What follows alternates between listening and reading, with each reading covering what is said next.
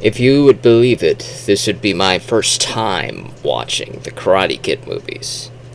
Now, this would not be my first exposure to the Karate Kid franchise.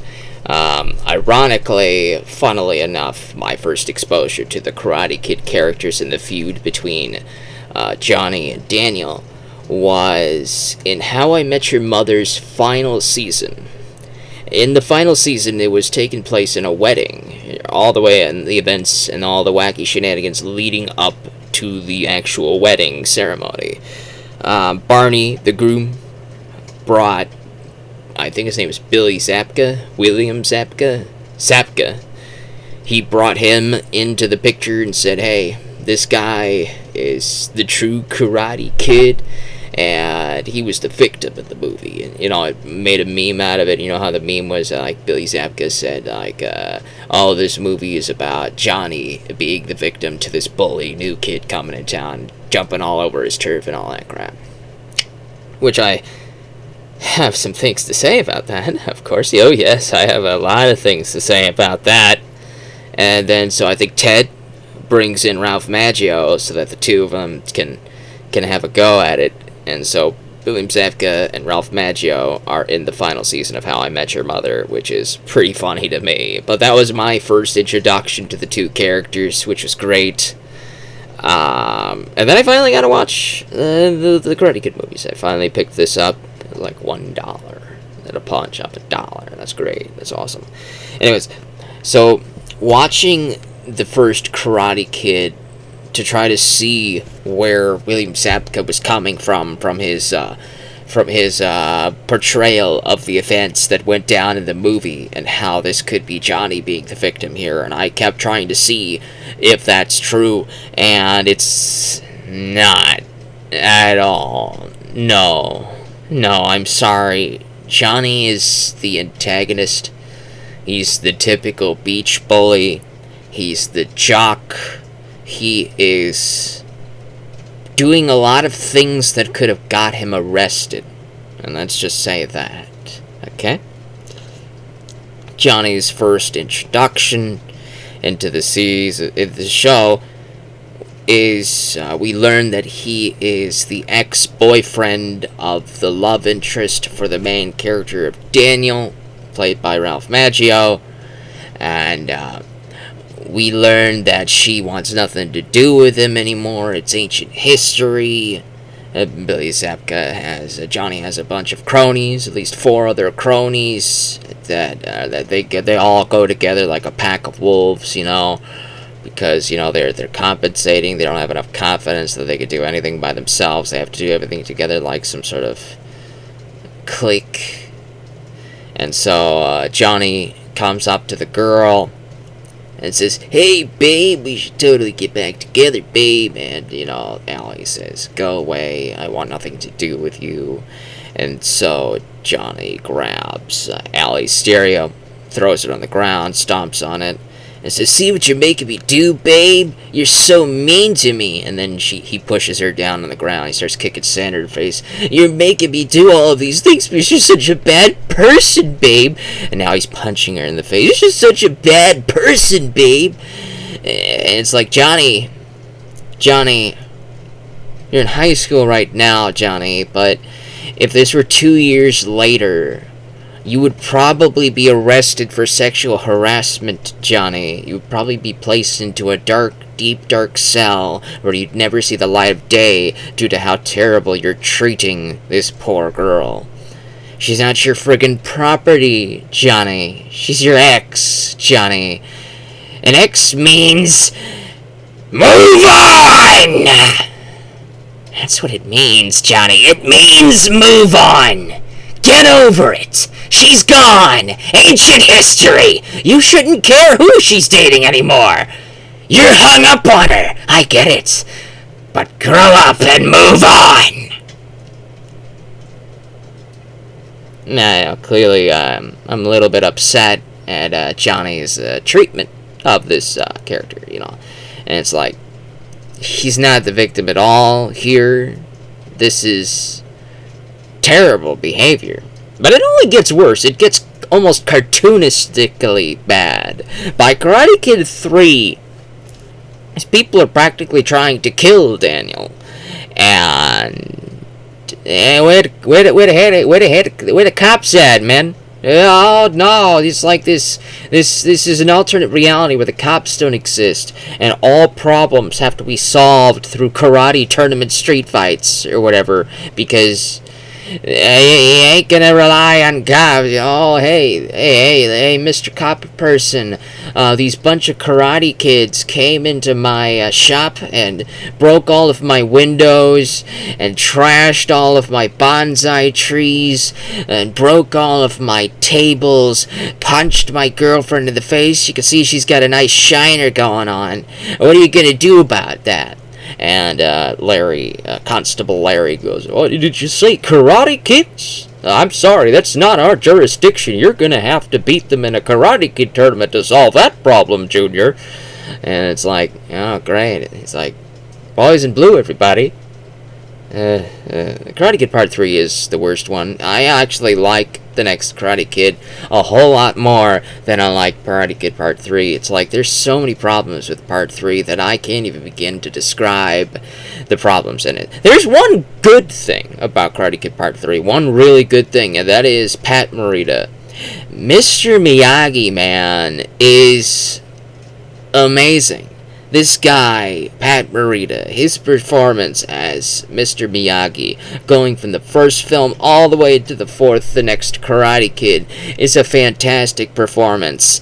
Obviously, his lines and his delivery in the last two films are kind of a fault of the script and the directors and all of that stuff, but Pat Morita himself gives it his best to make sure that Mr. Miyagi maintains his consistency of character, and he's fantastic. The later two movies are definitely worth watching for him alone.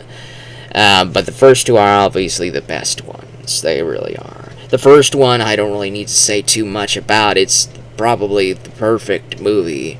One of the perfect movies. There's a lot of perfect movies. When I say something's a perfect movie, I mean literally it's the type of movie you can watch again and again and again and again and again. The first Jurassic Park, the first Back to the Future, The Goonies, Indiana Jones, Raiders of the Lost Ark, Indiana Jones and the Lost Crusade, Indiana Jones and the Temple of Doom, Star Wars A New Hope, Star Wars The Empire Strikes Back, The Karate Kid. These are literally things called the perfect movie. Ghostbusters, the perfect movie. Jaws, the perfect movie. It's something that's very hard to riff on, very hard to say this is a crap movie. This is something that a lot of people will agree on and say, yeah, that movie was pretty darn good. And I'd say that The Karate Kid is pretty darn good. The Karate Kid 2 is probably my personal favorite. Even though I really love Pat Morita's performance in the first one a lot, he is fantastic. But the second one really is Daniel's movie, where he becomes one of the better characters. Daniel in the first one is kind of an annoyance, but Mr. Miyagi helps to balance him out. And in this one, they're balancing each other out, and they're bringing out the best of both characters by the second movie. It's a fantastic time. I love the trip to Japan, Okinawa. It's a great time. The Kumiko is probably my favorite girlfriend of Daniel's. I really wish he got with her during the Cobra Kai series instead of this fourth new chick. Like the three Karate Kid movies here, Daniel gets with a different girl each time. Allie, and this one Kumiko, and this one some other girl, and this one and then some other girl in the Cobra Kai, and then we learn there's a fifth girl that came before Allie, before he moved from Jersey. And it's like, come on, Daniel, you're something of a player here, man. You're something of a hot-blooded player, and it's like, Kumiko, your chemistry with her was perfect. It was on point. The chemistry was the best. She was the one you had the best chemistry with out of all three of the girls in the three movies. I'd say Kumiko is the best one. It's a good movie. Karate Kid 2 is a fantastic movie. Karate Kid 3 has a lot of problems, but Pat Morita brings out the best. And let me talk about the next Karate Kid. Let me talk about that. A lot of people really hate this movie, but honestly, I'd say it's better than the Part 3. I'd say it is. Pat Morita needed a new student after Karate Kid 2. If you were going to bring Pat Morita back to do a new Karate Kid, teach a new student, this could be a good way to go about this. And Pat Morita goes to stay at a war buddy's house, an old war buddy that he used to go do World War II with. He ended up dying, and that's this girl's grandfather. And then we learn that Pat Morita taught the grandfather karate, and the grandfather taught this girl's father karate, and this girl's father taught her karate. So technically all the karate that this girl knows came from Mr. Miyagi, so now she gets to learn a little bit of karate from Mr. Miyagi. However, the villains in Karate Kid Part 3 are the most cartoonistically villainous in the entire series to date. It's like they get more and more cartoonistically villainous as the story goes on. Here is just a rival martial arts school with a comically over-the-top Cleese villain character who's just giving his students the wrong idea on how to teach karate. And this one we have it's a real estate mogul who used to be Miyagi's fellow student when they were learning under Miyagi's father. Then in Part 3, Kreese comes back, and he's got a war buddy who from, I think, Vietnam, a war buddy from Vietnam who is a Cobra Kai karate guy as well. And he's a real estate mogul as well, and he decides, alright, I have millions of dollars in this mega multi-businesses, and I'm going to put everything on hold so that I can help you get revenge against this one kid and his dojo master. It's like completely over the top. It's crazy.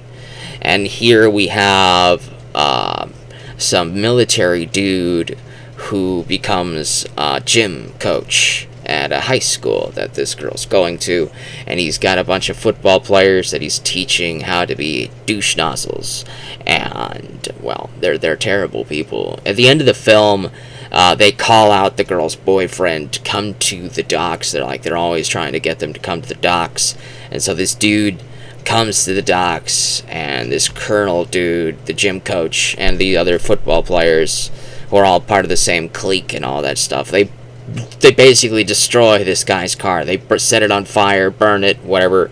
They commit very serious vandalism. They commit lots of harm here, assaults and battery. And hey, where are the cops? Like, none of this matters. All problems in the Karate Kid universe are solved through karate. It's not solved through calling the cops. Okay. We don't have cops in the Karate Kid universe. This one's kind of a little over the top, but I do really like the second act a whole lot. Hilary Swank learning how to tame the tumultuous emotions going through her when she's staying at this monastery with Mr. Miyagi, after she got 2 weeks of school suspension because of a thing that she's not really guilty of doing, because, you know, the clique, the jocks, are just terrible people. They're trying to get her expelled and all that stuff because she won't go out with the head jock. And the head jock is also a future sexual assault prison inmate in the making. He's going to just give him a couple years and he'll be in prison for sexual assault. He's heading right for there, and his cronies are not too far behind him. It's like what the heck? What? But yeah, that's a little bit hard to like the villains here. They're a little bit too over the top. You can actually respect John Kreese in the first movie. You can respect him. He's a little bit entertaining in the third one. You can respect him a little bit, at least understand him in the Cobra Kai series. I looked up some stories on the Cobra Kai. So Kreese is okay there. He's still a villainous villain, but at least you can understand a little bit about him. The villains in this one are just plain over the top. They're cartoon mustache twirlers. I'd be surprised if they don't strap her to a railroad, steal a railroad. Some guy's going bango bongo on the piano, going and Mr. Miyagi has to come in on a cowboy horse to save. It's kind of like that type of over the top villainy. But it's still an okay film. I like it more than Part 3. But obviously, it's like, if you don't watch anything of Karate Kid after Karate Kid 2, you watch Karate Kid 2 and you don't watch Part 3, you don't watch the fourth movie, you don't watch the reboot, you don't watch Cobra Kai, if you just ended everything at Karate Kid 2, it would have been a very good duology. It would have been a very good story, and that would be it. But no, we got to keep milking it, and every time we milk it, it gets worse. So, but that's the 4 Karate Kid movies, and we're gonna move on to something else next time.